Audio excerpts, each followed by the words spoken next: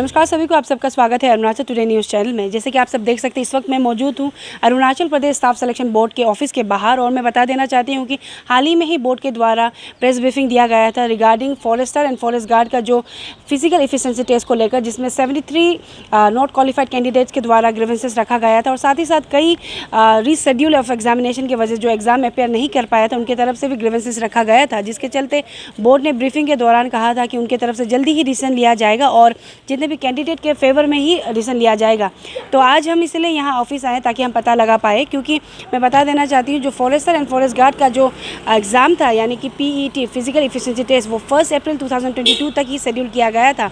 तो इसीलिए हम जानेंगे कि क्या अपडेट है। और सुनने में ये भी आया है कि जो वेबसाइट है, ऑफिशियल वेबसाइट SSB के, वहाँ पर अपडेट किया गया है कुछ नोटिफिकेशन, जहाँ पे जो कैंडिडेट्स है उन्हें सेकेंड चांस दिया जा रहा है। तो चलिए सीधे जो कंसर्न ऑथोरिटी उनसे जानते हैं एग्जैक्टली क्या नोटिफिकेशन है और कब जो एग्जामिनेशन अगर रीशेड्यूल भी किया गया है, जो सेकंड चांस जो कह रहे हैं वो कब होगा। तो चलिए सीधे मिलते हैं।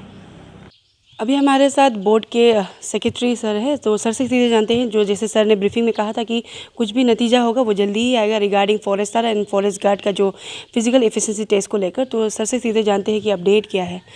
सर, सुनने में तो आया है कि कुछ मतलब इनिशिएटिव लिया गया है बोर्ड के द्वारा, तो सर आपसे ही हम सीधा जानना चाहेंगे कि क्या क्या चेंजेस आया और क्या क्या होगा सर। जी, ऑलरेडी जो मैंने लास्ट टाइम ही बताया था कि जो भी रिप्रेजेंटेशन हमारे पास आए थे उसमें कैंडिडेट्स के, जिसमें 2-3 तरह के रिप्रेजेंटेशन थे।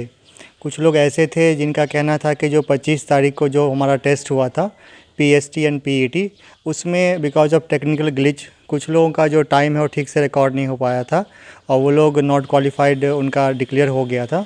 तो हम लोगों ने जब रिप्रेजेंटेशन आया तो बोर्ड में उसको प्रोसेस किया गया, CCTV जो फुटेज है उसको भी चेक किया गया और पाया गया कि जो हैवी रेन के वजह से, जैसा कि टेक्निकल टीम में बताया कि जो RFID डिवाइस था वो रिकॉर्ड करना बंद कर दिया था अराउंड 7 o'clock के बाद, लेकिन CCTV फुटेज दिख रहा था कि उसके बाद भी कुछ लोग वॉक कर रहे थे।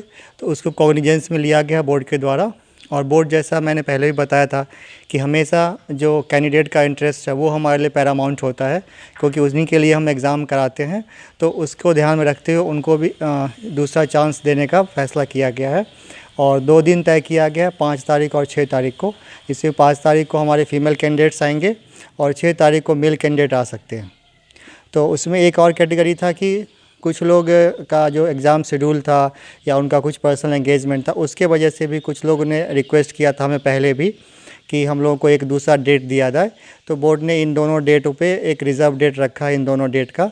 उसमें जो लोग का भी एडमिट कार्ड वो डाउनलोड कर चुके हैं लेकिन वो किसी कारण से PST और PET में अटेंड नहीं कर पाए थे, वो लोग भी इसमें आ सकते हैं। जी सर, अगर हम बात करें 73 कैंडिडेट जिनका भी काफ़ी, उन्होंने आपके ऑफिस भी आए थे, काफ़ी मीडिया में भी उन्होंने ब्रीफिंग किया सर, उनका वहाँ से अभी और मैसेजेस ये आ रहा है, क्योंकि आई गेस आप लोग का जो वेबसाइट है ऑलरेडी ये इन्फॉर्मेशन अपडेट कर चुका होगा। तो सर उनका ये कहना है कि काफ़ी लोग, कोई तो मेडिकल में एडमिट है, कोई अपने होम टाउन वापस जा चुका है, तो क्यों वापस मतलब रिकंडक्ट कराना है। वेरेस आप कह रहे हैं कि CCTV में दिखाई दे रहा है कि कोई चल ही रहे थे, तो रिकंडक्ट क्यों कराना है।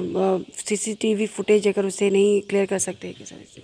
नहीं, कैंडिडेट के रिक्वेस्ट पे ही एक रिज़र्व डे रखा गया है और नॉर्मली कहीं भी जब फिजिकल टेस्ट इस तरह के होते हैं तो इस तरह के कोई भी रिप्रेजेंटेशन होता है उनको कंसीडर करके एक डे रिज़र्व डे रखा जाता है जिसमें लोगों को मौका दिया जाता है।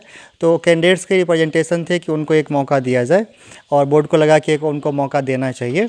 और जहाँ तक बात है कि कुछ लोग नहीं आ सकते उस दिन, ऐसा तो वो देखिए, ये तो एक कैंडिडेट को रख के डिसीजन तो नहीं लिया जाता है। पहले भी कई लोग ऐसे थे जिन्होंने बोला था हमारा एग्ज़ाम है या फिट नहीं है, उनके रिप्रेजेंटेशन आए थे, तो उन्हीं सबको ध्यान में रख के बोर्ड को कैंडिडेट के इंटरेस्ट में ही दो दिन रखा गया रिजर्व डे, एक फ़ीमेल के लिए और एक मेल के लिए। जी सर, हम भी अप्रिशिएट करना चाहेंगे, क्योंकि अगर हम देखें सर 1000 कैंडिडेट्स के बीच में 73 कैंडिडेट्स को और साथ ही साथ जिनका एग्ज़ाम रीशेड्यूल होने की वजह से जो नहीं आ पाए, उनका ग्रीवेंसेस को बोर्ड ने सुना और आप लोग ने और 2 दिन आपने रखा एग्जामिनेशन जो PET के लिए। तो हम भी अप्रिशिएट करना चाहेंगे, क्योंकि कह सकते हैं 1000 के बीच में 73 लोगों का कैंडिडेट का आपने ग्रीवेंसेस सुना, तो लगता है कि बोर्ड ये ग्रीवेंसेस जो आप कहते हैं वो आप सुन भी रहे हैं। कुछ कैंडिडेट का कहना था जो 73 नॉट क्वालिफाइड थे, उनका ये कहना था कि गलती तो बोर्ड के द्वारा हुआ है, टेक्निकल इशू जो आपने कहा था था, तो जो लोग ऑलरेडी 14 किलोमीटर 7 लैप्सेस ले चुका है उन्हें फिर 14 लैप्स लेना होगा, तो उसमें कितना हद तक फेयर होगा, वो उसका ऐसे सवाल आ रहा था सर। देखिए, ये तो गलती निकालने का तो एक अभी मोमेंट तो नहीं है। मेरा कहना है कि अगर हम बोर्ड को अगर ऐसे हम ब्लेम करेंगे कि बोर्ड की गलती है, तो उस समय हमें ये देखना चाहिए कि क्या कभी मैल प्रैक्टिस हुआ है, क्या फेयरनेस में कोई कंप्रोमाइज़ हुआ है, या ट्रांसपेरेंसी नहीं है। ना पहले भी हमने बोला है कि जो टेक्निकल इश्यूज़ हैं, टेक्निकल इश्यूज़ तो किसी कंट्रोल में नहीं होता है।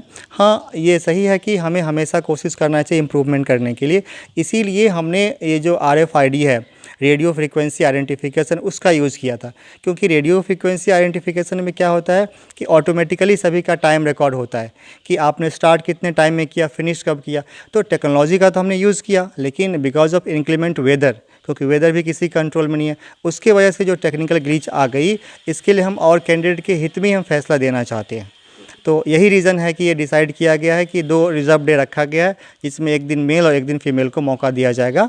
तो कैंडिडेट को भी इसको पॉजिटिव लेना चाहिए, क्योंकि उन्हीं के रिक्वेस्ट पे और उनके इंटरेस्ट में ध्यान में रखते हुए उनको एक फेयर मौका दिया भी जाएगा। रहे हैं। तो सर आखिर में जो लोग अभी एग्ज़ाम देंगे sir, forester and forest guard का जो फिजिकल एफिशिएंसी टेस्ट है, जिन्होंने डाउनलोड भी किया होगा लेकिन रीशेड्यूल की वजह से अटेंड नहीं कर पाए, और साथ ही साथ जिनका नोट सेलेक्टेड नोट क्वालिफाइड हुआ था 70 कैंडिडेट का, उन्हें आप कुछ कहना चाहेंगे सर?